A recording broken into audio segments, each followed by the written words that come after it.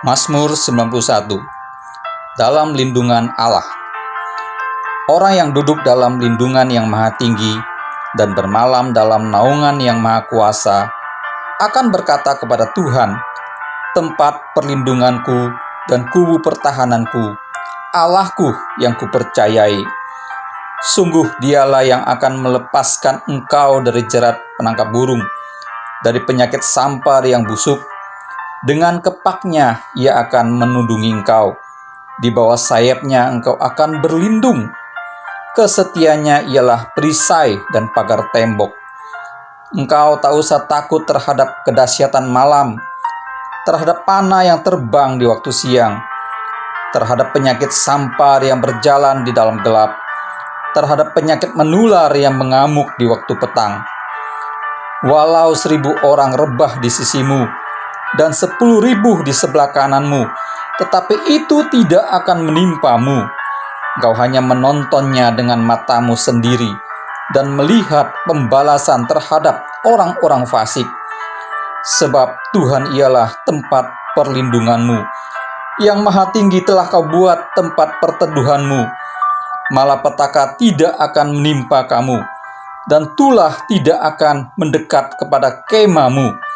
Sebab malaikat-malaikatnya akan diperintahkannya kepadamu untuk menjaga engkau di segala jalanmu.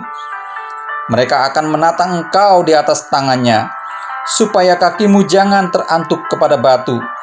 Singa dan ular tedung akan kau langkahi, engkau akan menginjak anak singa dan ular naga. Sungguh hatinya melekat kepadaku, maka aku akan meluputkannya.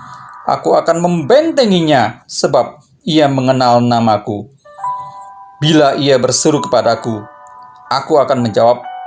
Aku akan menyertai dia dalam kesesakan. Aku akan meluputkannya dan memuliakannya.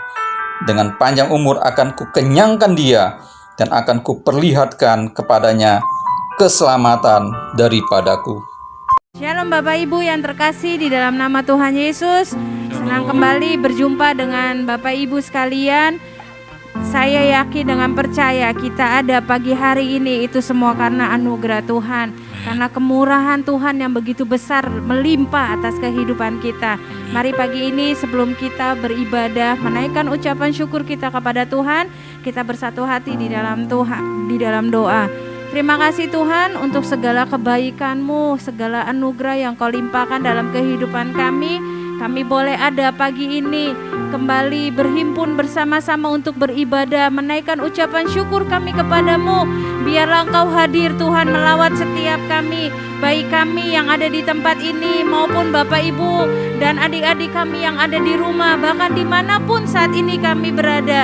Kami percaya Tuhan, kuasa-Mu, hadirat-Mu tidak dibatasi oleh ruang, tempat, dan waktu Tuhan. Dan saat ini biarlah kami boleh beribadah dengan sungguh-sungguh kepadamu Tuhan, karena inilah waktunya kami Tuhan untuk kami bersungguh-sungguh kepadamu Tuhan, dan kami tidak bermain-main lagi Tuhan. Terima kasih Bapa, terima kasih Tuhan. Segala pujian, hormat, syukur kami naikkan kepadamu. Mari Bapak Ibu, adik-adik semua yang ada di rumah dan dimanapun kita berada saat pagi ini, mulai angkat tanganmu, mulai sembah Tuhan, katakan terima kasih. Kami sembah Engkau Tuhan, kami bersyukur, sebab Engkau baik Tuhan, Engkau Allah yang besar Tuhan, Engkau Raja segala raja.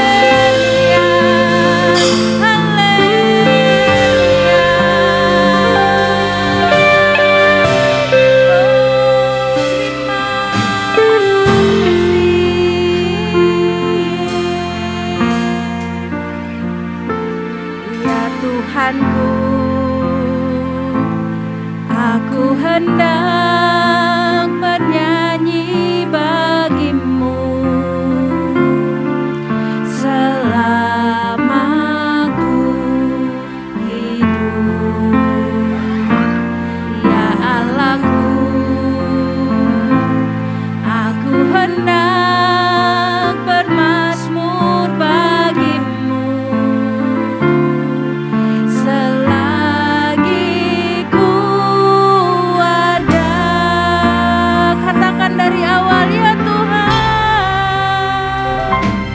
Ya Tuhanku, aku hendak bernyanyi bagimu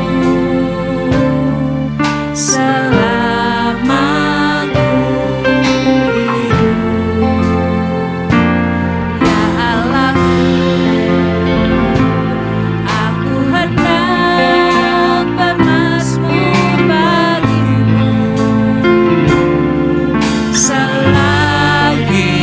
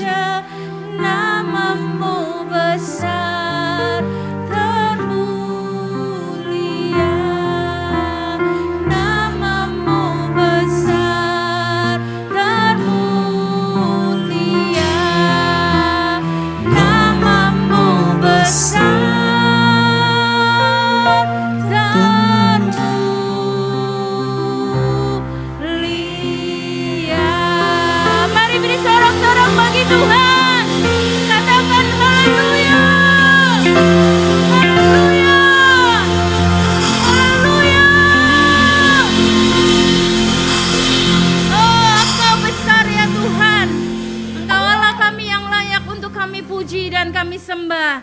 Engkaulah Raja segala Raja. Kami mau lebih lagi memuji-Mu Tuhan. Mari bersama-sama yang ingin memuji Tuhan lebih lagi sama-sama katakan amin. Kembali bertepuk tangan buat Tuhan. Haleluya.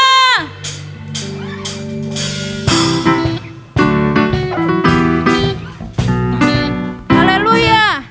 Biar kasih Tuhan yang menemukan kita Bapak Ibu.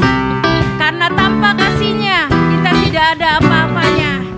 Puji Tuhan.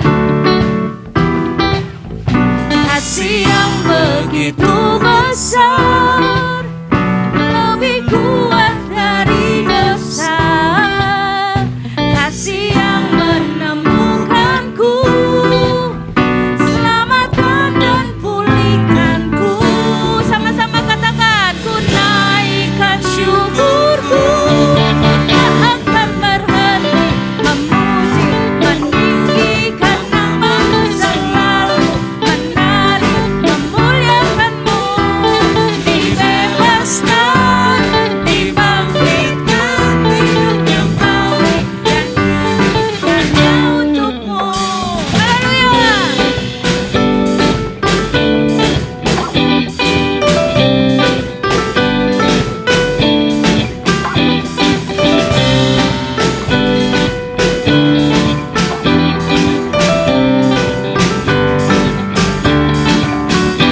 Kasih yang begitu besar, lebih kuat dari dosa. Kasih yang menemukanku, selamatkan dan pulihkanku. Angkat tangan kita katakan, ku naikkan syukurku, ku tak akan berhenti memuji, meninggikan nama-Mu selalu, menari, memuliakan-Mu. Dibebaskan, dibangkitkan, hidup yang baru dan hidup hanya untuk-Mu.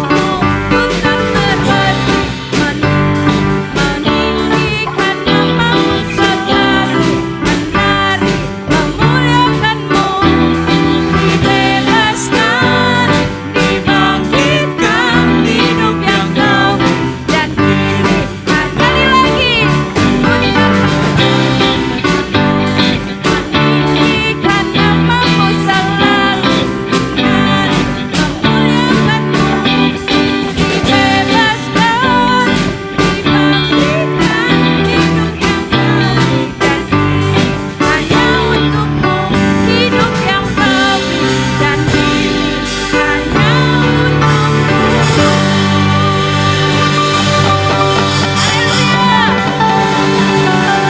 Haleluya. Hanya dengan kasih Yesus kita ada sampai dengan hari ini Bapak Ibu. Dan karena kasih-Nya Tuhan yang telah menemukan kita. Dan kasih Tuhan yang memberikan kehidupannya bagi kita. Oleh karena itu Bapak Ibu pagi ini saya hanya mengingatkan kepada kita semua untuk kita tetap bersabar di dalam Tuhan. Tetap nanti-nantikan Dia. Tetap mencari wajah-Nya. Di dalam keadaan apapun yang kita alami saat ini. Satu hal yang saya tahu dan saya pun mengalaminya Bapak Ibu, bahwa kita hanya memerlukan Tuhan di dalam kehidupan kita. Jangan pandang yang lain, jangan lihat yang lain, jangan gugurkan iman kita hanya karena harta kekayaan dunia ini yang hanya fana. Tetapi biarlah iman kita tetap teguh di dalam Tuhan.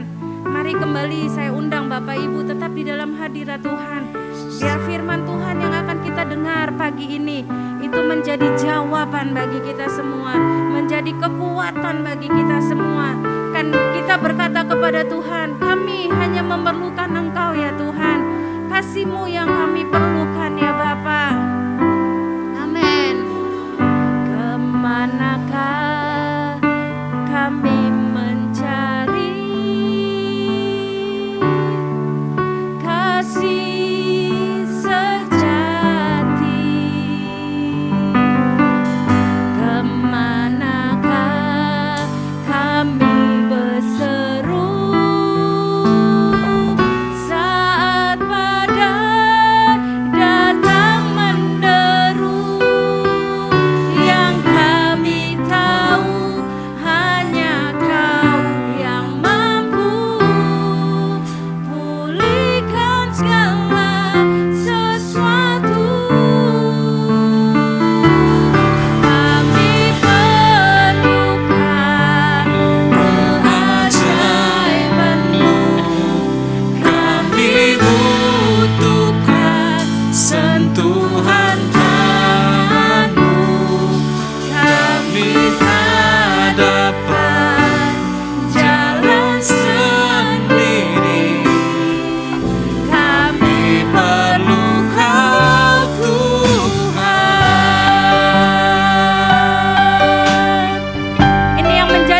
pengakuan kami ya Tuhan.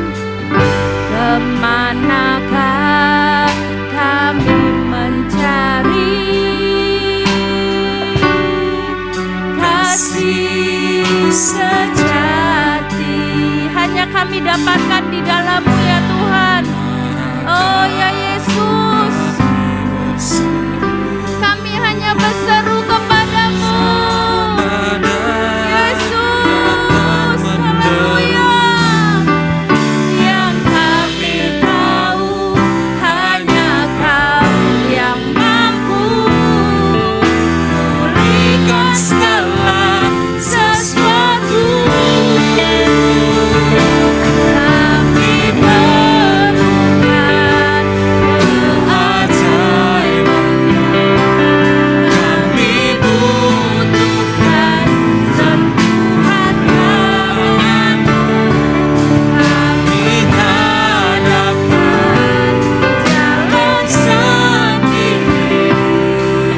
Kami perlukan Tuhan. Kami perlukan keajaiban-Mu. Kami butuhkan sentuhan tangan-Mu. Kami tak dapat jalan sendiri. Kami perlukan Tuhan. Biarkan musik naikkan pujian ini. Mari Bapak Ibu, adik-adik, teman-teman semua yang ada di rumah, katakan sama Tuhan. Kami perlu Engkau ya Tuhan. Kami perlu Engkau ya Roh Kudus. Kami tidak bisa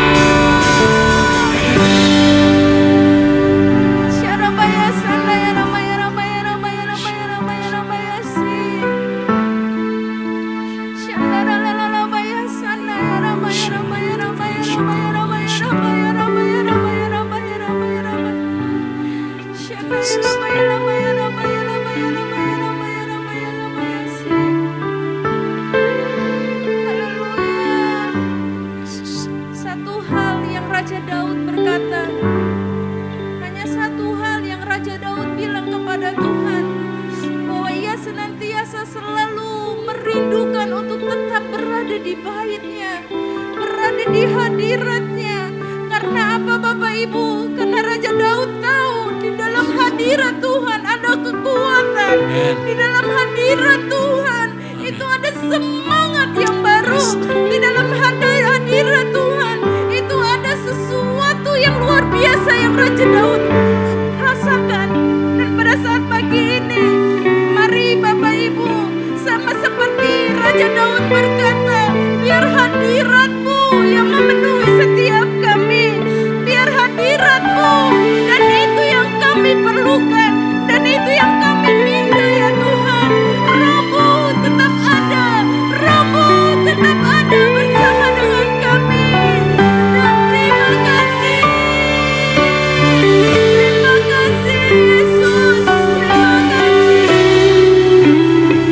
terima kasih.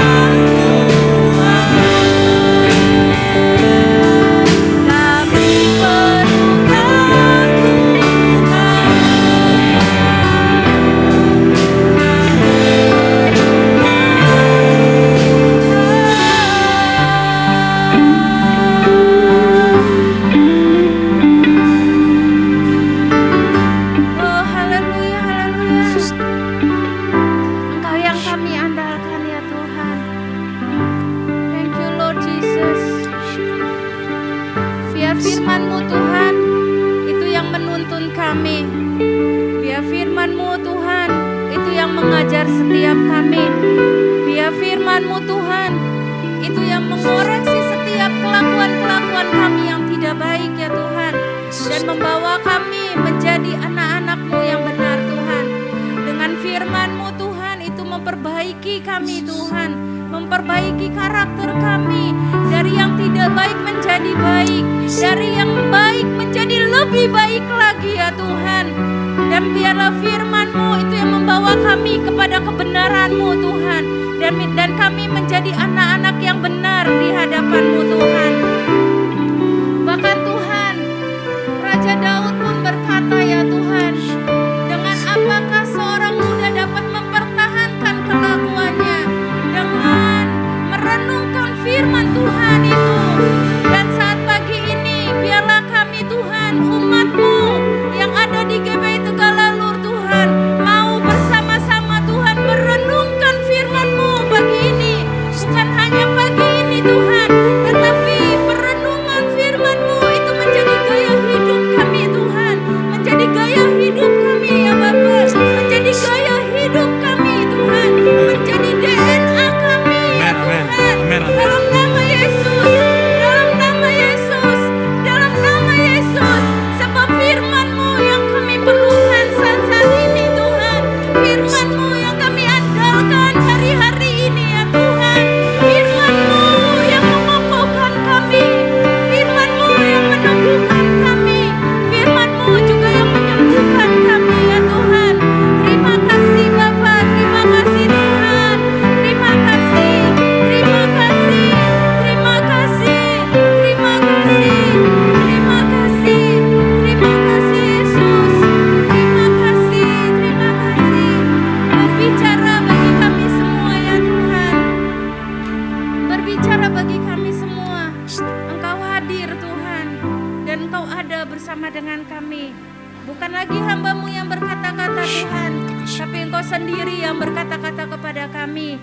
Dan firman-Mu saat ini Tuhan akan menjadi benih yang hidup di dalam kehidupan kami, yang menghidupi kehidupan kami, dan kami boleh berjalan bersama dengan Engkau Tuhan. Terima kasih Tuhan Yesus, Engkau baik dan Engkau sangat baik bagi kami. Terpujilah nama-Mu, dalam nama Tuhan Yesus kita yang siap mendengar firman Tuhan dan menjadi pelaku firman Tuhan, sama-sama katakan amin. Apa yang dimaksud dengan Pentakosta ketiga? 1. Pentakosta ketiga adalah pencurahan Roh Kudus yang dahsyat di zaman ini, melebihi yang terjadi di Azusa Street. 2. Pentakosta ketiga akan mengakibatkan penuaian jiwa yang terbesar dan yang terakhir sebelum Tuhan Yesus datang kembali. 3. Pentakosta ketiga akan membangkitkan generasi Yeremia, yaitu anak-anak muda yang dipenuhi Roh Kudus, cinta mati-matian kepada Tuhan Yesus, tidak kompromi terhadap dosa, dan akan bergerak untuk memenangkan jiwa. 4. Pentakosta ketiga lahir di Indonesia dan bergerak ke bangsa-bangsa. Gerakan ini dari timur ke barat dan akan kembali ke Yerusalem. 5. Pentakosta ketiga akan memberikan kuasa untuk menyelesaikan amanat agung, dan setelah itu Tuhan Yesus datang kembali. Amin.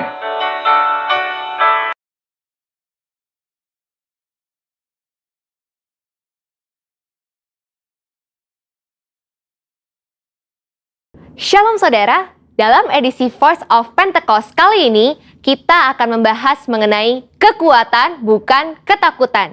Dalam penelitian Northwestern Medicine mengidentifikasi bahwa amigdala merupakan bagian otak yang sangat berperan dalam proses ketakutan. Saat seseorang dihadapkan rasa takut, amigdala akan membangunkan sistem saraf di otak kita untuk memberi respon fight or flight. Respon inilah yang membuat kita waspada terhadap ancaman, di mana kita akan bersiap melawan bahaya yang membuat ketakutan atau melarikan diri dari ancaman tersebut. Dengan kata lain, paparan ketakutan sangat penting untuk mengembangkan daya tahan kita yang memungkinkan kita mampu mengatasi situasi yang tidak terduga. Pandemi COVID-19 adalah situasi yang penuh dengan ketidakpastian, sehingga tidak heran jika kita akan menemukan kesulitan melewati masa-masa ini. Tapi ingat, segala sesuatu yang terjadi di dunia ini pasti atas seizin Tuhan. Tuhan mempunyai rencana bagi setiap orang yang berserah kepadanya, dan Ia tidak akan membiarkan umatnya binasa. Ia menguji setiap umatnya dengan peristiwa untuk membangun dan membentuk kerohanian setiap kita. Sebagai orang percaya, seharusnya kita mampu mengendalikan rasa takut, bukan malah dikuasai oleh ketakutan. Pertanyaannya sekarang, bagaimana setiap orang percaya dapat menang dari ketakutan dan menjadikannya kekuatan? Yang pertama, alihkan pandangan dari masalah kepada Tuhan. Matius 8 ayat 25-26 berkata, "Maka datanglah murid-muridnya membangunkan dia," katanya, "Tuhan, tolonglah, kita binasa." Ia berkata kepada mereka, "Mengapa kamu takut, kamu yang kurang percaya?" Lalu bangunlah Yesus menghardik angin dan danau itu. Maka danau itu menjadi teduh sekali. Kebanyakan dari mereka yang berada di dalam perahu ini adalah nelayan dan sudah terbiasa dengan situasi ombak maupun badai yang bisa datang kapanpun. Namun, angin ribut kala itu pasti sangatlah ekstrim, sehingga mereka menjadi sangat ketakutan dan berpikir bahwa mereka akan binasa. Hebatnya, Yesus dapat tidur di tengah-tengah angin ribut yang mengerikan seperti itu. Inilah yang seharusnya terjadi pada kita yang telah menjadi murid Yesus. Meskipun persoalan besar datang menderu, kita bisa tetap tenang dan tidak menjadi panik. Perlu diingat bahwa bukan apa yang masalah bisa perbuat terhadap kita, tapi apa yang Tuhan bisa lakukan atas kita. Tuhan Yesus juga mengalami rasa takut ketika ia berdoa di Taman Getsemani. Namun di dalam ketakutannya, ia tetap memandang kepada Bapa. Demikian juga seharusnya kita. Jika kita melihat ada seseorang yang sepertinya tidak takut apa-apa, mungkin orang itu bukannya tidak takut, tetapi dia sudah berhasil mengalahkan rasa takutnya. Yang kedua, tetap dalam hadirat Tuhan. Dalam Markus 6 ayat 49 sampai dengan 50 menceritakan, suatu malam para murid diguncang rasa takut setelah Yesus mengadakan mukjizat dengan memberi makan kepada lebih dari 5.000 orang. Tuhan meminta para murid berangkat terlebih dahulu ke Betsaida supaya dia dapat berdoa sendirian. Sepanjang malam itu, ketika para murid sedang bersusah payah mendayung melawan angin sakal, tiba-tiba mereka melihat Yesus berjalan di atas air. Para murid menjadi sangat ketakutan dan bahkan mengira Yesus adalah hantu. Saat Yesus mendekat kepada perahu dan murid-muridnya mendengar suaranya, "Tenanglah, aku ini, jangan takut." Maka badai reda dan ketakutan pun diusir. Setelah Yesus naik ke perahu, angin kencang tiba-tiba berhenti dan mereka dapat melanjutkan perjalanan hingga tiba di pantai dengan selamat. Ketika Tuhan hadir dalam hidup setiap orang percaya, maka semua badai hidup yang membuat ketakutan akan diubah menjadi damai sejahtera dan kekuatan. Rasul Paulus menasehati dalam 2 Timotius 1 ayat 7, "Sebab Allah memberikan kepada kita bukan roh ketakutan, melainkan roh yang membangkitkan kekuatan, kasih, dan ketertiban."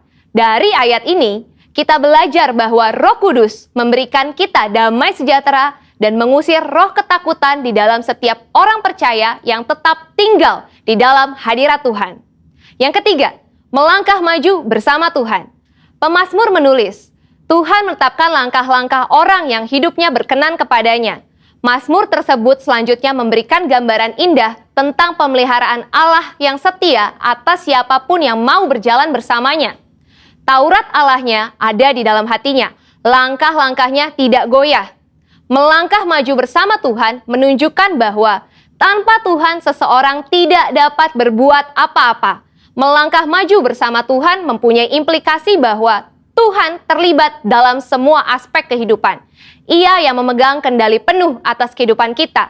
Bila kita selalu melibatkan Tuhan dalam keseharian kita, maka kita akan semakin kuat dan apa saja yang kita kerjakan pasti berhasil. Kesadaran akan penyertaan Tuhan akan memberikan rasa aman dan damai sejahtera yang akan menghilangkan segala ketakutan. Sebagai manusia, wajar bila kita mengalami ketakutan, tapi jangan sampai kita dikuasai oleh ketakutan tersebut, sebab kita bisa mengubah ketakutan menjadi kekuatan, yaitu dengan cara fokus kepada Tuhan, bukan kepada masalah, sehingga kita bisa tetap tinggal di dalam hadirat Tuhan dan mampu melangkah maju, karena Tuhan ada beserta kita. Saudara, untuk penjelasan lebih lengkapnya dari tim teologi kami, jangan lupa buka link yang ada di atas atau scan QR Code yang tersedia. Salam integritas, Tuhan Yesus memberkati.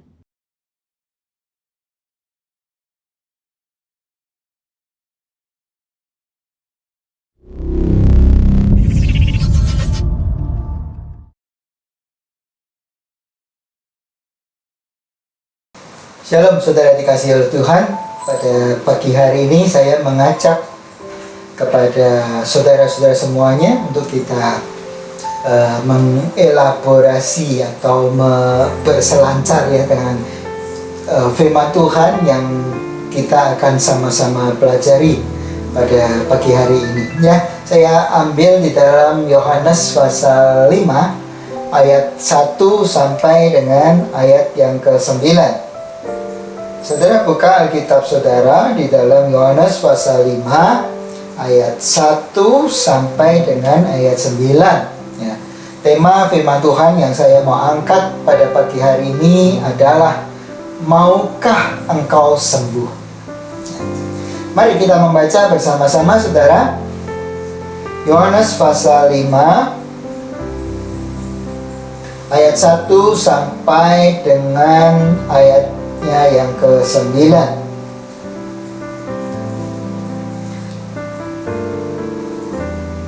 Sesudah itu ada hari raya orang Yahudi dan Yesus berangkat ke Yerusalem. Di Yerusalem dekat pintu gerbang domba ada sebuah kolam yang dalam bahasa Ibrani disebut Bethesda. Ada 5 serambinya. Dan di serambi-serambi itu berbaring sejumlah besar orang sakit, orang-orang buta, orang-orang timpang, dan orang-orang lumpuh yang menantikan goncangan air kolam itu. Sebab sewaktu-waktu turun malaikat Tuhan ke kolam itu dan menggoncangkan air itu. Barang siapa yang terdahulu masuk ke dalamnya sesudah goncangan air itu menjadi sembuh apapun juga penyakitnya. Di situ ada seorang yang sudah 38 tahun lamanya sakit. Ketika Yesus melihat orang itu berbaring di situ dan karena ia tahu bahwa ia telah lama dalam keadaan itu, maka berkatalah ia kepadanya, "Maukah engkau sembuh?" Jawab orang sakit itu kepadanya, "Tuhan, tidak ada orang yang menurunkan aku ke dalam kolam itu apabila airnya mulai goncang. Dan sementara aku menuju ke kolam itu, orang lain sudah turun mendahului aku." Kata Yesus kepadanya, "Bangunlah, angkatlah tilangmu dan berjalanlah." Dan pada saat itu juga sembuhlah orang itu, lalu ia mengangkat tilangnya dan berjalan. Tetapi hari itu hari Sabat. Saudaraku, kata Bethesda itu punya 2 arti. Yang pertama, arti pertama adalah rumah kemurahan atau rumah anugerah. Kemurahan Tuhan dinyatakan dengan memakai kolam Bethesda untuk menjadi satu sarana kesembuhan bagi orang-orang sakit yang berada di sana. Arti kedua kata Bethesda adalah malu atau dipermalukan. Nah, rupanya bagi orang yang tadi dikatakan sudah 38 tahun lamanya sakit ini, memang tidak disebutkan secara spesifik, secara khusus sakitnya itu apa. Tapi kalau kita lihat ureanya nanti kita anggaplah dia lumpuh gitu ya saudara, supaya nggak terlalu panjang nanti ya untuk menjelaskan tentang orang ini ya.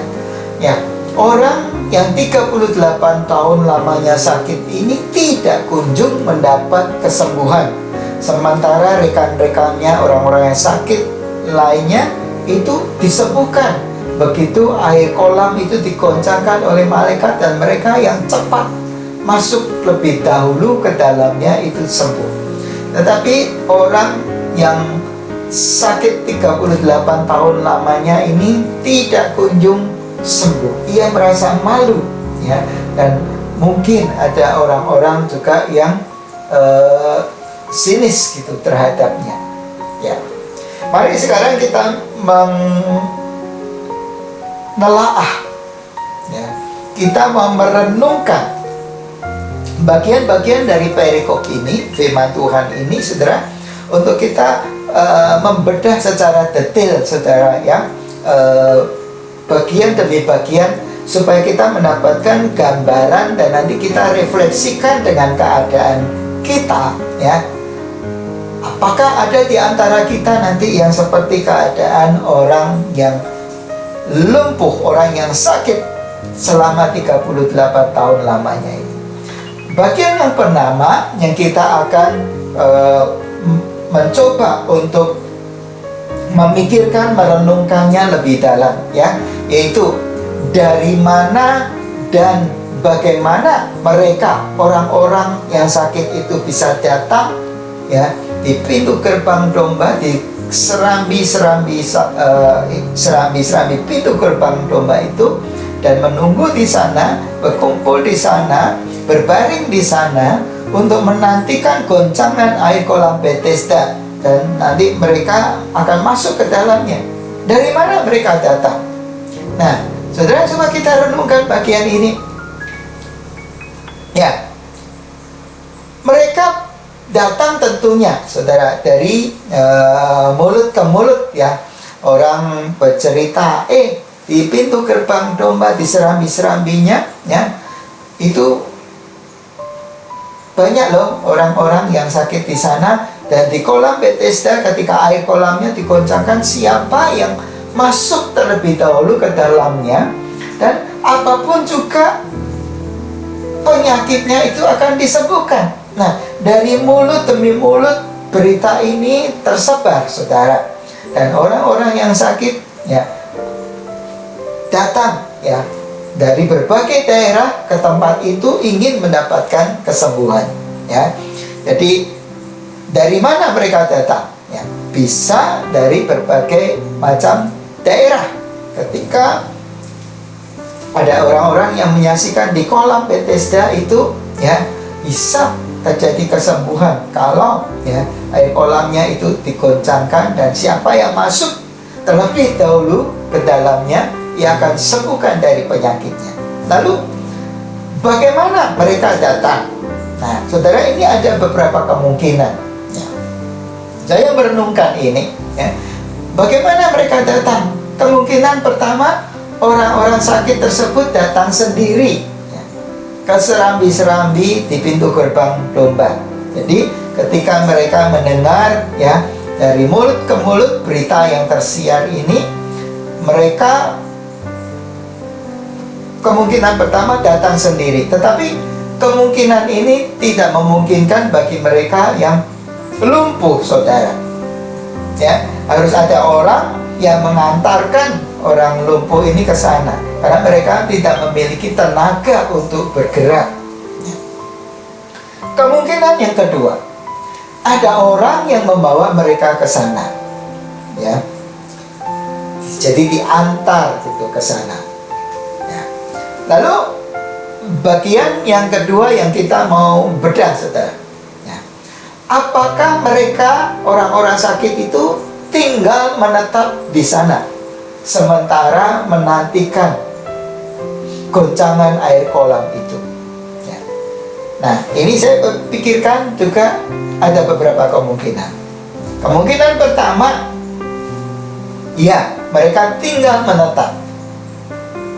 Tetapi yang sudah disembuhkan itu akan pulang. Tetapi kalau kemungkinan ini benar, ada masalah, saudara. Ya. Apa masalahnya? Ya, yaitu jumlah yang datang itu lebih besar daripada yang disembuhkan. Ya.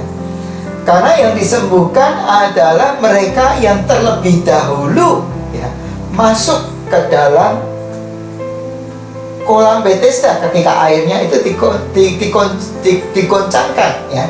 Siapa yang terdahulu, dialah yang disembuhkan. Nah, pertambahan jumlah orang yang datang dengan orang yang disembuhkan ini lebih besar daripada orang yang datang, saudara. Jadi kalau mereka orang-orang yang sakit ini menetap di sana, lama-lama Serambi Salomo itu tidak akan muat untuk menampung ya orang-orang yang sakit itu.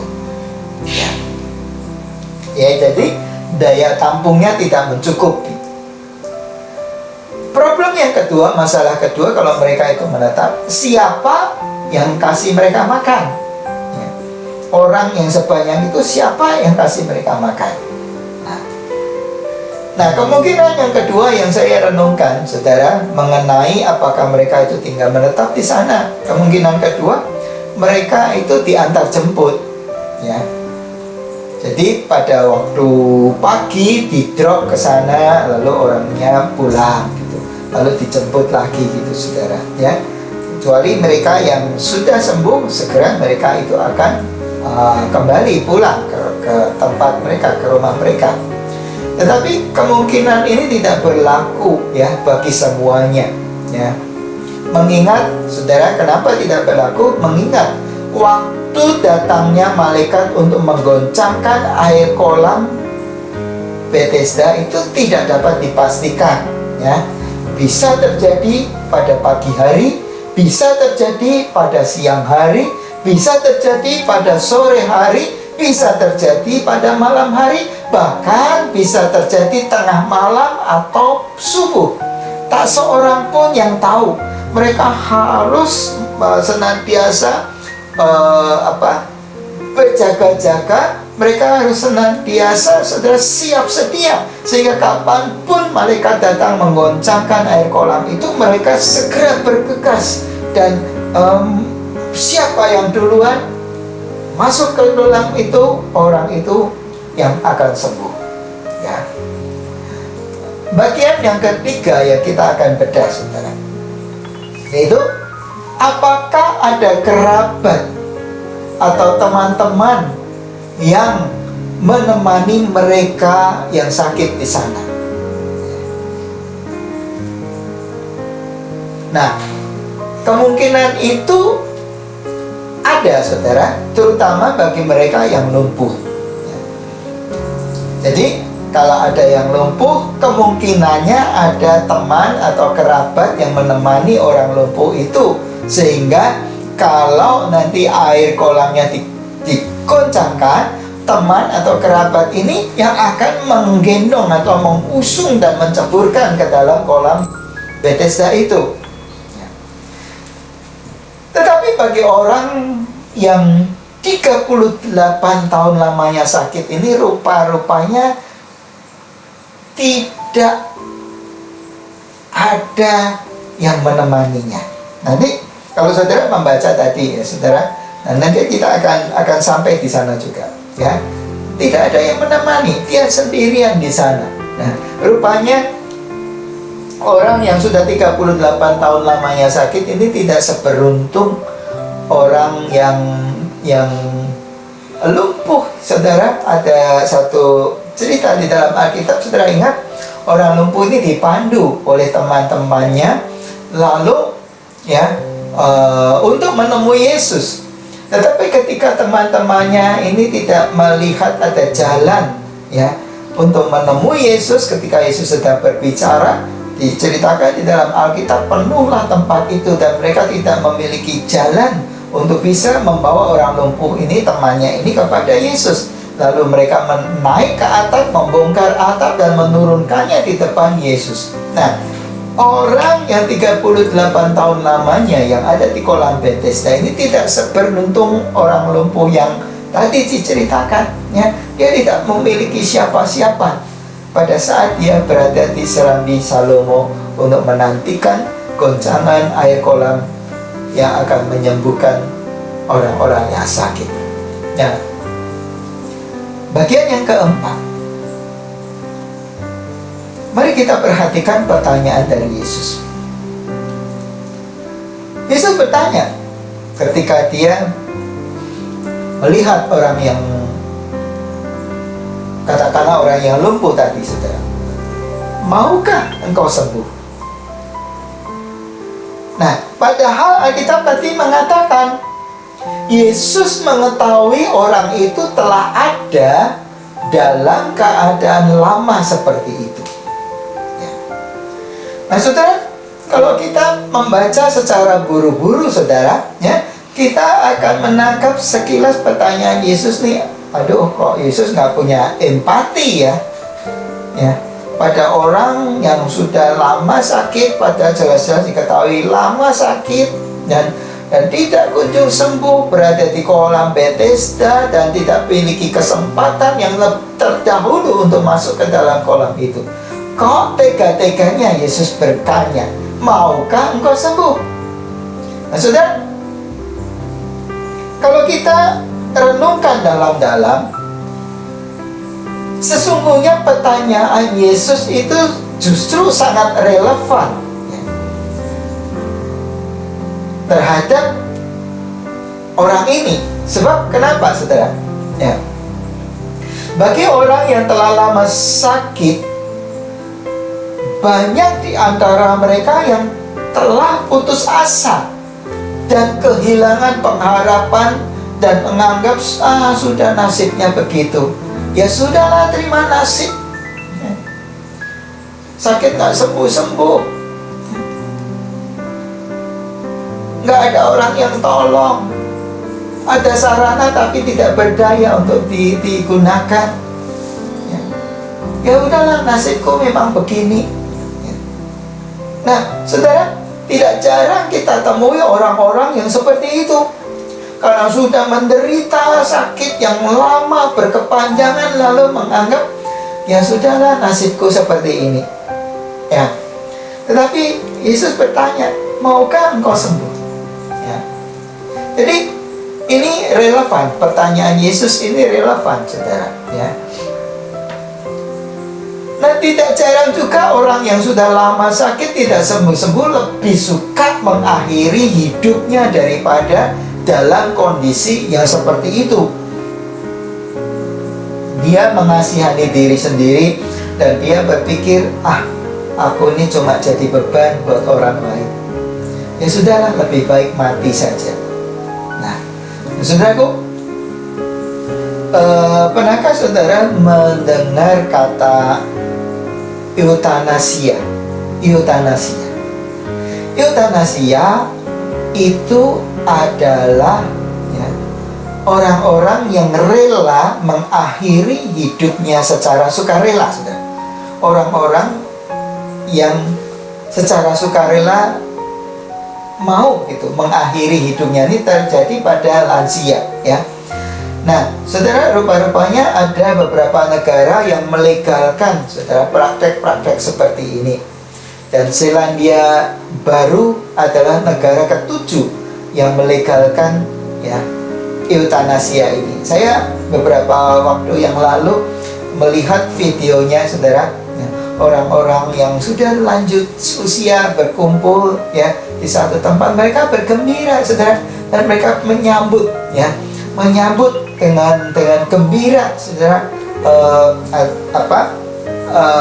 pelegalan seperti ini, ya.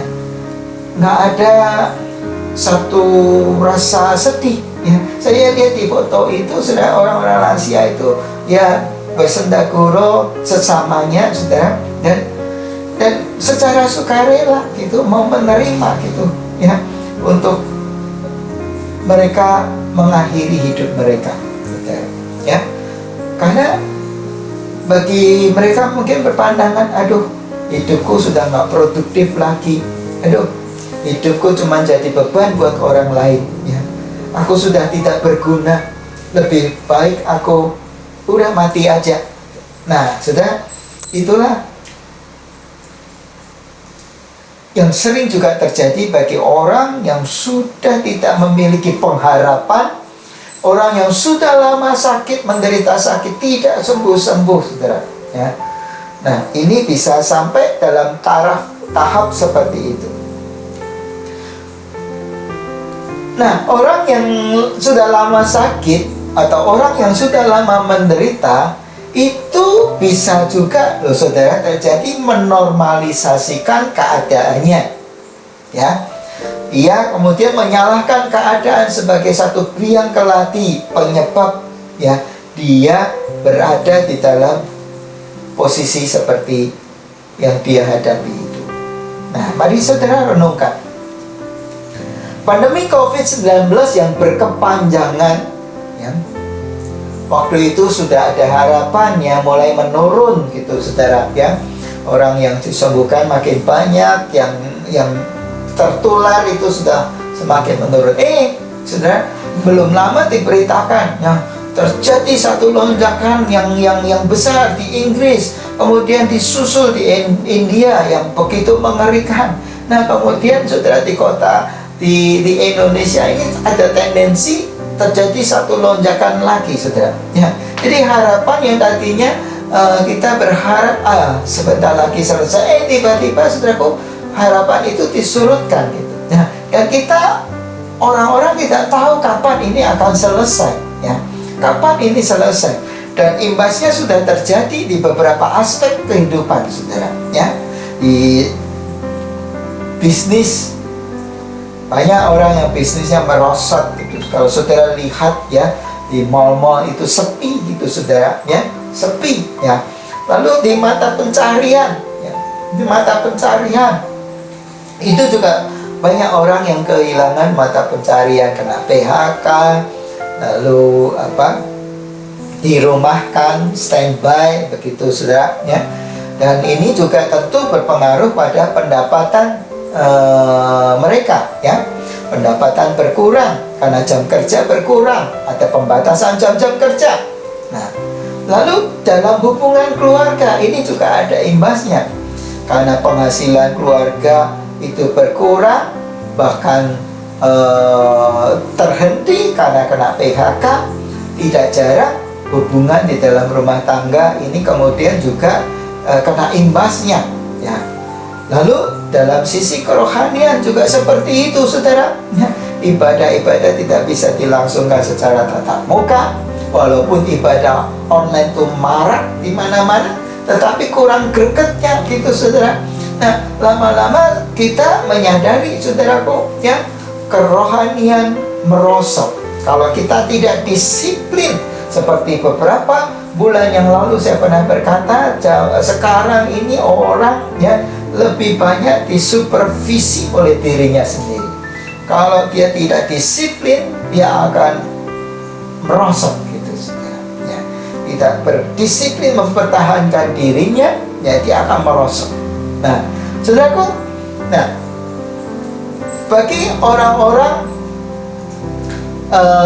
yang mengalami semuanya itu, ada beberapa yang kemudian menimpakan semua kesalahan itu pada pandemi COVID-19 ini ya, atas kemunduran-kemunduran yang menimpanya dan berdamai dengan keadaan yang menimpanya, karena itu berlangsung begitu lama gitu saudaraku. Akhirnya jadi terbiasa dengan keadaan seperti ini dan udahlah ya, menerima begitu saja saudara, tanpa ada upaya-upaya untuk bangkit mengatasi keadaannya ini. Nah, ini yang tadi saya maksudkan, menormalisasikan keadaan ya. Sebenarnya ada upaya-upaya yang bisa dilakukan supaya paling tidak ia memperkecil gap itu saudara. Bahkan mesti berjuang untuk bisa recovery ya saudara, terjadi pemulihan gitu, walaupun mungkin perlu usaha yang ekstra gitu saudaraku, tetapi tidak diterima dengan secara pasif gitu saudara, dan tidak lakukan apa-apa. Padahal ya ada peluang-peluang di dalam pandemi COVID-19 ini juga terbuka saudara, untuk kita bisa saudaraku karena kita kehilangan di satu area, tetapi kita bisa mendapatkan di area yang lain ya. Kita mengasah pengetahuan kita membekali, kita belajar hal-hal yang baru. Sebenarnya hal-hal itu bisa kita lakukan untuk menutup kehilangan kita, supaya di dalam era yang baru nanti kita sudah punya bekal-bekal yang cukup saudara, untuk kemudian hidup di dalam suatu tatanan yang baru Tetapi bagi orang-orang yang pasif, saudaraku, nah, ia berdamai, tapi berdamai secara pasif dan menganggap ya sudahlah, ya keadaannya seperti ini, mau apa lagi gitu. Nah, banyak orang mengalaminya, bukan saya saja begitu. Ya, saudara berpikir. Ya.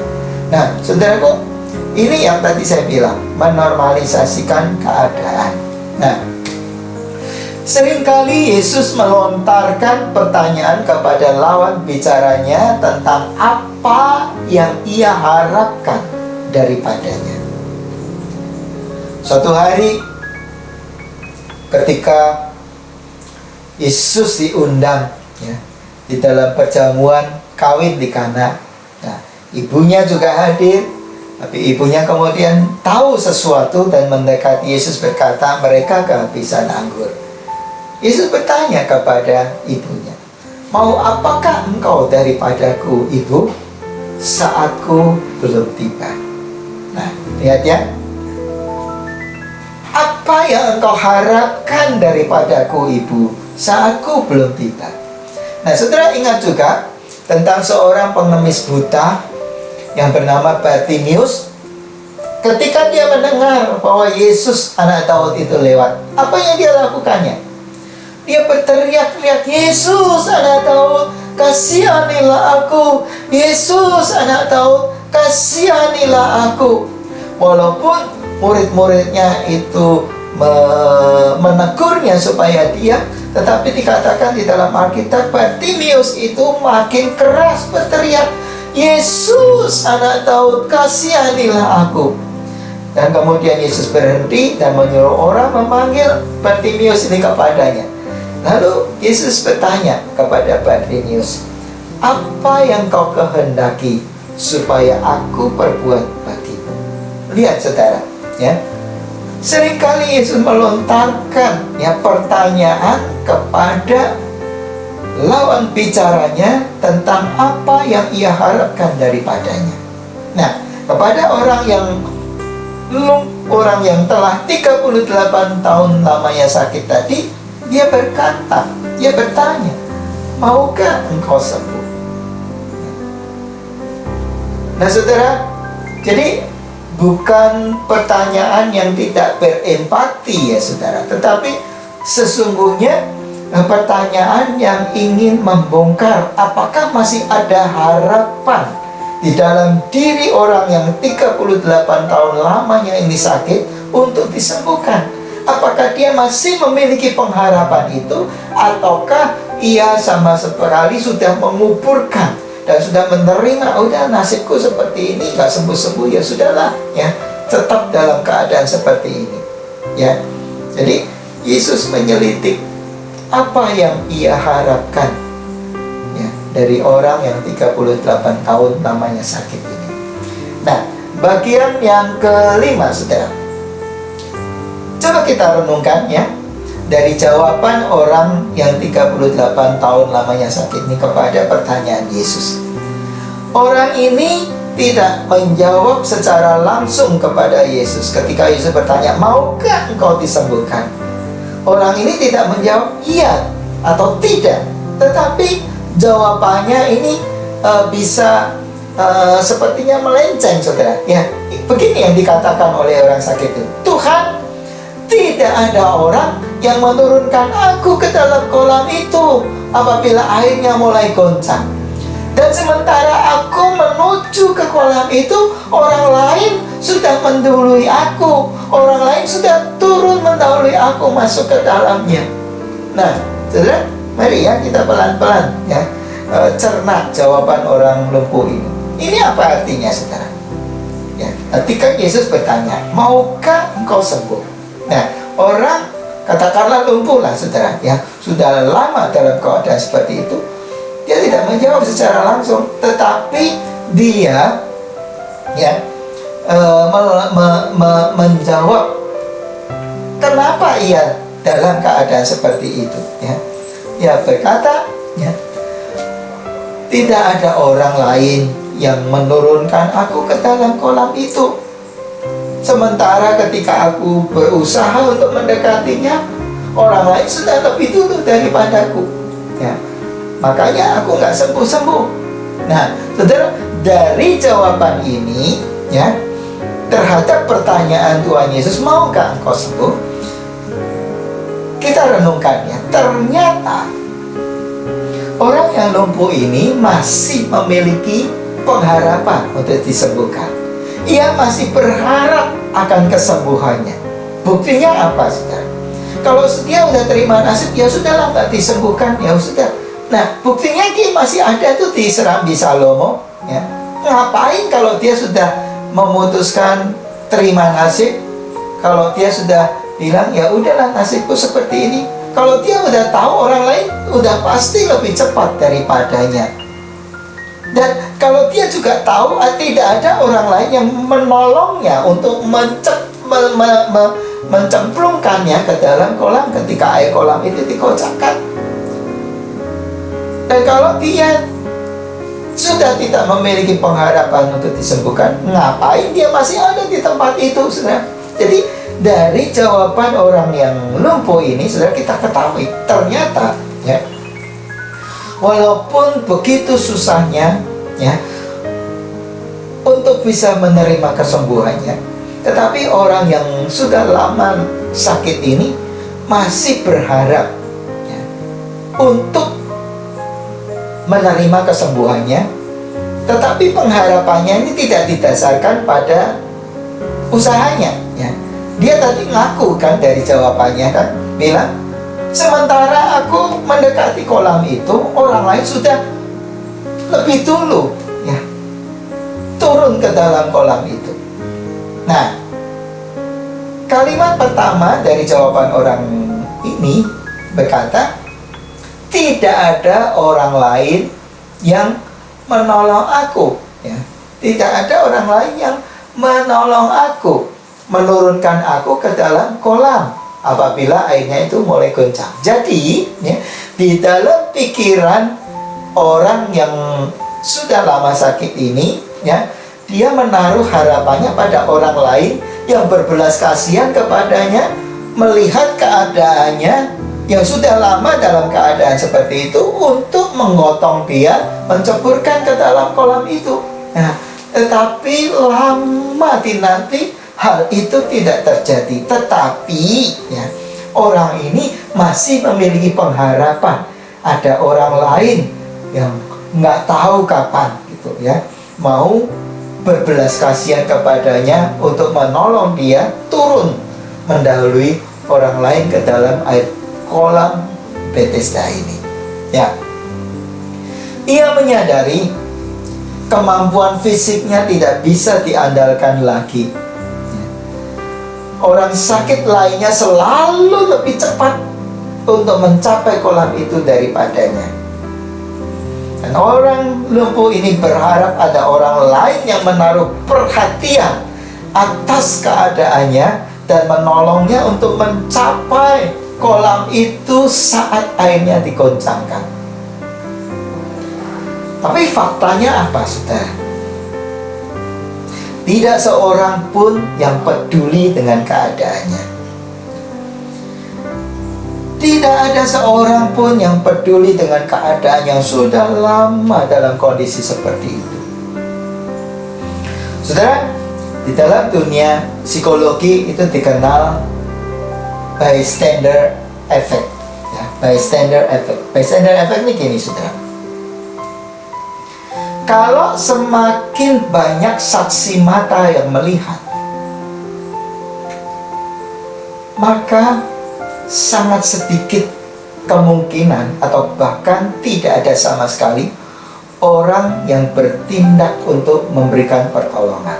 Nah, contoh seperti ini, saudara. Kalau suatu kali di jalan raya gitu, saudara, jalan raya itu kan tentunya banyak kan orang yang berlalu lalang, berlalu lintas memakai jalan itu. Kalau suatu kali terjadi kecelakaan gitu, saudara, di jalan raya, coba saudara perhatikan ya,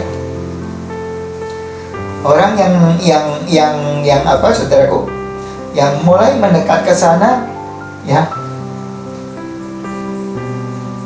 itu cuman saudara, memperlambat gitu, yang memperlambat laju kendaraannya, akibatnya terjadi kemacetan gitu, saudara. Tetapi tidak ada seorang pun yang mau turun gitu untuk menolong itu. Bahkan ada orang yang langsung melewatinya saja gitu. Nah, padahal saksi matanya kan banyak gitu, saudara. Ada korban, ada orang yang melihat banyak. Nah, tetapi tidak ada seorang pun yang mau turun untuk memberikan pertolongan. Nah, saudara sering kan melihat seperti itu ya. Seperti juga saudara, kalau misalkan terjadi satu perampokan gitu di satu kompleks gitu, saudara ya. Orang-orang ya di kompleks itu hanya melihat gitu saja, saudara. Kebanyakan hanya melihat gitu saja, dan tidak memberikan bantuan kepada korban yang sedang dirampok. Nah, saudaraku, juga misalkan terjadi satu perkelahian, pembunuhan atau pelecehan, saudara ya, atau hal buruk pada orang lain. Apakah semua orang di sekitarnya itu langsung menolongnya? Ya. Ternyata hanya sebagian kecil gitu, saudara, yang langsung bereaksi, atau bahkan ya hanya bahkan menunggu ya satu orang untuk berinisiatif menolong si korban. Jadi bystander effect ini, saudaraku, orang-orang yang sebagai saksi mata itu sedang saling menunggu, saudara ya. Mereka berpikir, nanti ada orang lain toh yang akan menolongnya. Ternyata orang-orang yang ada di lingkungan seperti itu yang menjadi saksi mata juga punya pikiran yang sama. Jadi masing-masing orang saling berpikir, nanti kok ada orang yang menolongnya ya. Nah, saudara, akibatnya tidak ada seorang pun yang turun tangan untuk menolongnya, saudara ya. Mereka cenderung menghindar ya, tidak mau terlibat ya. Nah, saudara, perhatikan di serambi-serambi Salomo tadi kan dikatakan ada banyak orang di sana. Orang-orang sakit berbaring di sana. Nah, tentu mereka juga melihat, saudara, orang satu ini yang sudah lama gitu sakit dan sudah berusaha sedemikian rupa tapi tidak berhasil. Nyatanya sampai selama itu tidak ada seorang pun gitu yang melihat dirinya dan kemudian memberikan bantuan kepadanya. Semuanya hanya sekedar menjadi satu saksi mata. Nah, saudaraku, inilah, saudara, yang dikenal dengan bystander effect tadi, saudaraku ya. Semakin banyak saksi mata yang melihat, semakin sedikit ya, pertolongan yang diharapkan bisa diberikan kepada orang itu. Lucu ya, saudara. Tetapi ini pernah diteliti ya oleh seorang psikolog, kemudian melahirkan satu ini, saudara ya, istilah bystander effect tadi. Nah, saudaraku, di serambi Salomo itu ya, tiap-tiap orang sibuk gitu, dan fokus dengan kebutuhannya sendiri untuk mendapatkan kesembuhan ya. Mereka nggak peduli kepada ini, pokoknya asal aku bisa disembuhkan, aku harus senantiasa perhatikan ya, kapan air kolam itu digoncangkan gitu, dan aku harus segera bisa paling dulu untuk menceburkan diri ke kolam itu. Dan dia nggak peduli kepada orang yang sudah 38 tahun lamanya dalam keadaan seperti itu. Setiap orang sibuk dengan kebutuhannya sendiri. Setiap orang fokus dengan kebutuhan akan kesembuhannya diri sendiri. Nah, saudaraku, di mana sanak saudara atau kerabat dari orang yang 38 tahun ini dalam keadaan sakit seperti itu? Kalau ia punya kerabat ya, atau ia punya sanak saudara, saudaraku, kalau kita renungkan ini sungguh nggak punya belas kasihan gitu ya. Masa kan untuk menemani sehari 2 hari saja dalam upaya supaya kerabatnya ini yang sudah lama sakit ini sembuh, nggak mau meluangkan waktu. Nah, saya berpikir ya, orang yang sudah lama dalam keadaan seperti ini tidak punya siapa-siapa lagi, saudara. Kalau toh dia punya, tentulah ya, sesibuk-sibuknya tentu suatu hari dia akan jatuh belas kasihan. Ini tahunan loh saudara ya, terjadi ya. Tentu dia akan belas kasihan dan kemudian dia akan meluangkan waktu untuk bisa ya menolongnya untuk bisa sampai duluan ke kolam Bethesda itu. Tapi rupa-rupanya tidak ada siapa-siapa bagi orang yang sudah lama sakit ini.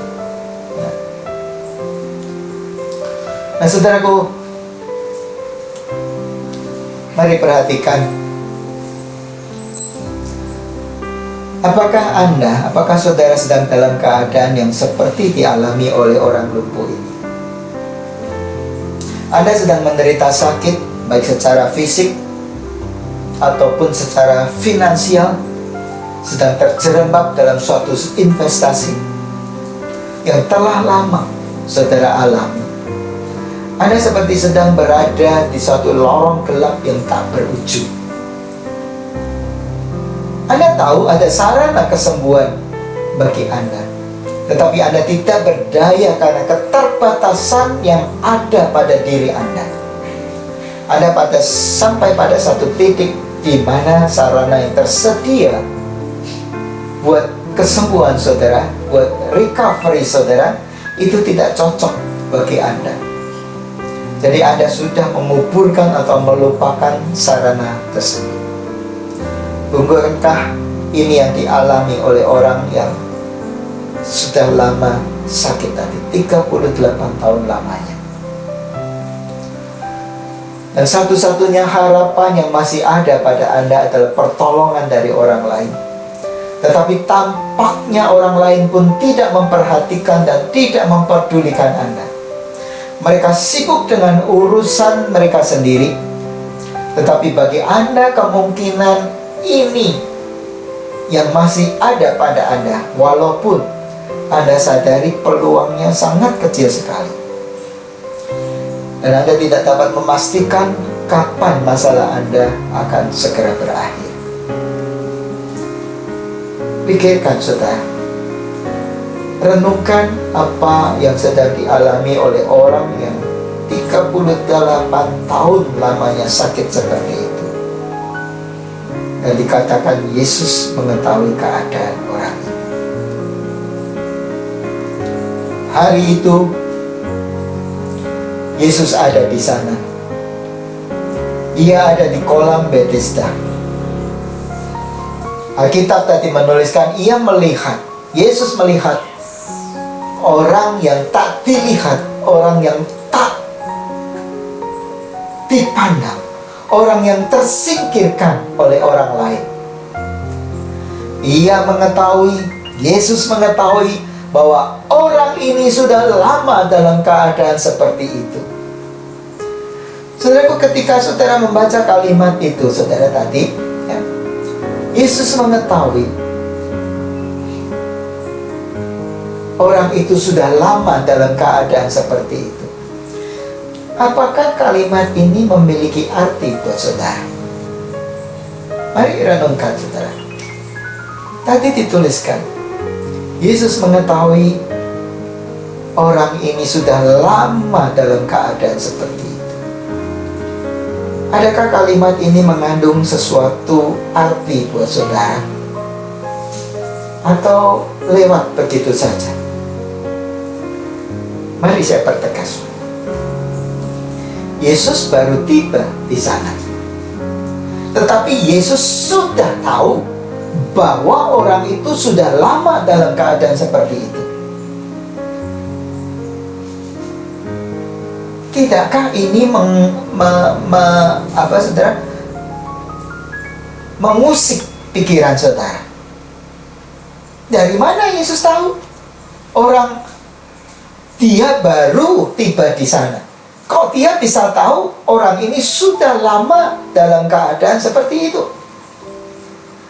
Saudara mulai tangkap dua kalimat ini, saudaraku? Apa yang Alkitab tuliskan?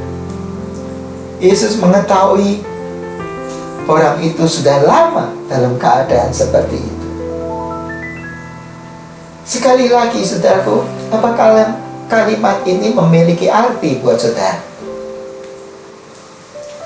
Ingatkah saudara firman Tuhan berkata di dalam Mazmur 121 ayat 4 dikatakannya, sesungguhnya tidak terlelap dan tidak tertidur penjaga Israel. 2 Tawarikh pasal 1 ayat 9a berkata bahwa mata Tuhan menjelajah seluruh bumi untuk melimpahkan kekuatannya bagi mereka yang bersungguh hati terhadap Dia.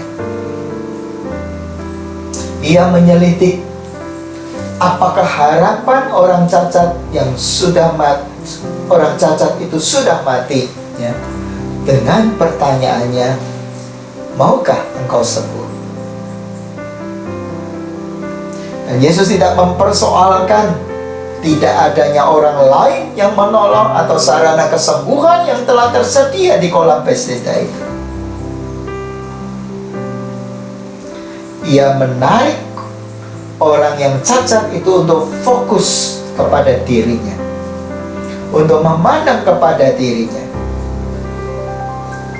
mengabaikan kolam Bethesda yang airnya digoncangkan, mengabaikan pertolongan orang lain yang tidak kunjung tiba. Tetapi ia bertanya kepada orang lumpuh itu, maukah engkau sembuh? Pertanyaan yang membuat orang lumpuh ini fokus kepada dirinya.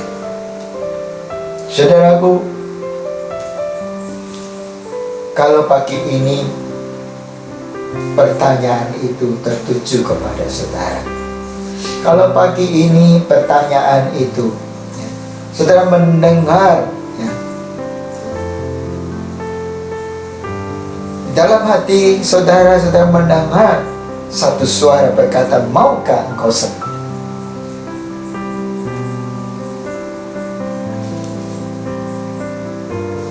Mari fokuskan diri saudara pada Tuhan. Fokuskan diri saudara pada Tuhan Yesus. Maukah engkau sembuh, kata Tuhan. Yesus pernah berkata, dan sama seperti Musa meninggikan ular di padang gurun, demikian juga Anak Manusia harus ditinggikan. Saudara, Yesus sedang mengutip apa yang dituliskan pada satu peristiwa terjadi di masa lalu, ketika orang-orang Yahudi memberontak kepada Musa dan Tuhan, dan Tuhan marah. Tuhan mengirimkan ular-ular tedung, dan banyak ular-ular tedung yang berbisa yang memakut orang-orang Yahudi, sampai kemudian mereka sadar dan mereka menemui Musa untuk minta, ya, supaya Musa berdoa kepada Tuhan, mintakan ampun. Dan Tuhan berkata kepada Musa untuk membuat, ya, ular tedung dari satu logam gitu, saudara, kemudian ditinggikan. Dan Tuhan berkata, barang siapa yang dipakut ular kemudian memandang kepada ular itu, dia akan sembuh. Nah, Yesus memakai, ya, mengutip ini dan mengatakan, demikian juga Anak Manusia harus ditinggikan. Saudaraku, fokuslah kepada Tuhan. Kalau sudah sedang mengalami situasi yang sedang dialami oleh orang yang sudah lama sakit tadi, 38 tahun lamanya sakit, mungkin hartanya juga sudah habis, saudara, habis-habisan, ya. Tetapi Tuhan Yesus menarik orang ini untuk fokus kepadanya. Dan apa yang terjadi, saudara? Kesembuhan terjadi. Yesus berkata, Yesus tidak menggotong orang itu kemudian menceburkan ke dalam kolam ketika airnya kocak. Tidak, saudara. Tapi dia berkata kepada orang lumpuh itu, angkat tilammu dan berjalanlah. Dan saat itu juga orang itu disembuhkan. Pelajaran apa yang kita bisa tarik, saudara, dari firman Tuhan pada pagi hari ini? Datang kepada Tuhan Yesus. Dialah sumber kesembuhan.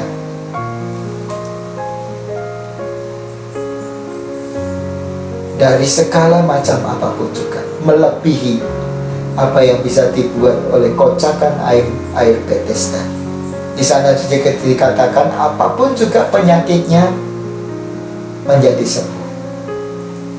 Tetapi Yesus bukan saja menyembuhkan penyakit fisik, bahkan ia berkuasa untuk membangkitkan harapan-harapan yang sudah mati. Ia berkuasa untuk membangkitkan mereka yang sudah mati. Mari datang kepada Tuhan, saudara. Kita berdoa. Kami bersyukur kepadamu buat firman-Mu pada pagi hari ini. Roh Kudus berbicara kepada setiap kami, dan terutama bagi setiap kami yang mendengar firman ini, yang ada di dalam keadaan seperti orang yang sudah lama sakit ini, tidak memiliki apa-apa lagi, hanya mengandalkan orang lain, tetapi tidak kunjung juga pertolongan itu tiba.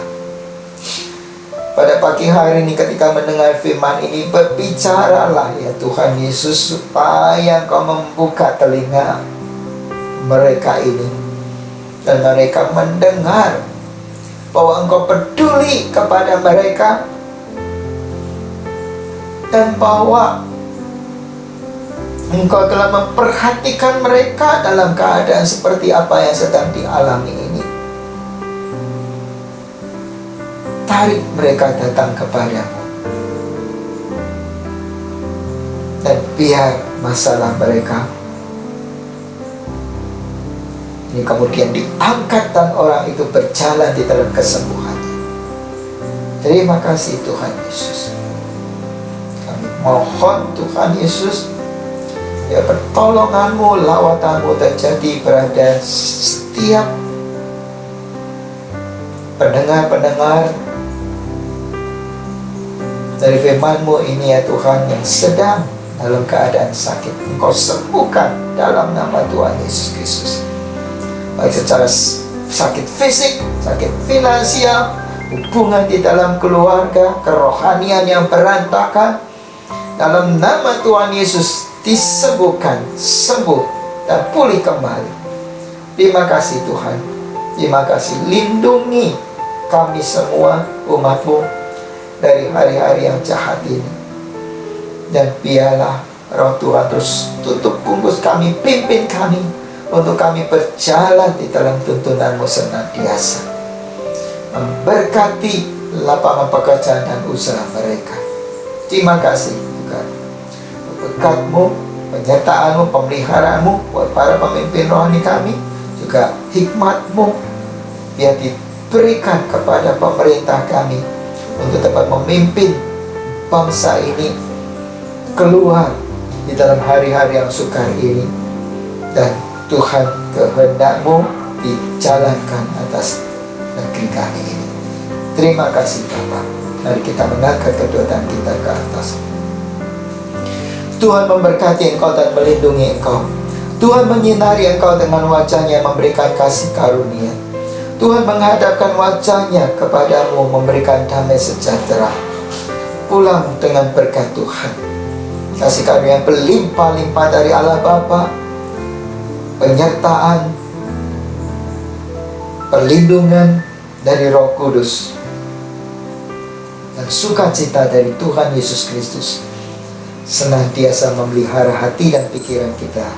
Di dalam nama Tuhan Yesus kami berdoa. Amin. Tuhan, Engkau ajaib bagiku, tak Tak ada yang tak mungkin bagimu. Kau yang telah berfirman dan semuanya jadi. Tuhan, Engkau ajaib bagiku.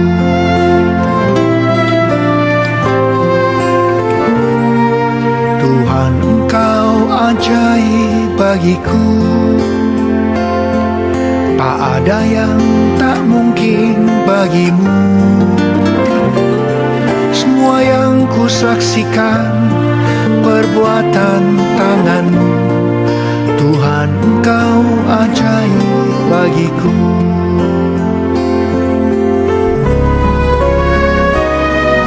Tuhan, Engkau ajaib bagiku. Tak ada yang tak mungkin bagimu. Kau yang telah berfirman dan semuanya jadi. Tuhan, Engkau ajaib bagiku. Sungguh ku percaya tiada yang mustahil. Mujizat masih ada dalam hidupku. Sembuhkan sakitku, pulihkan jiwaku. Mujizat masih ada bagiku. Sungguh ku percaya tiada yang mustahil. Mujizat masih ada dalam hidupku. Sembuhkan sakitku, pulihkan jiwaku. Mujizat masih ada bagiku.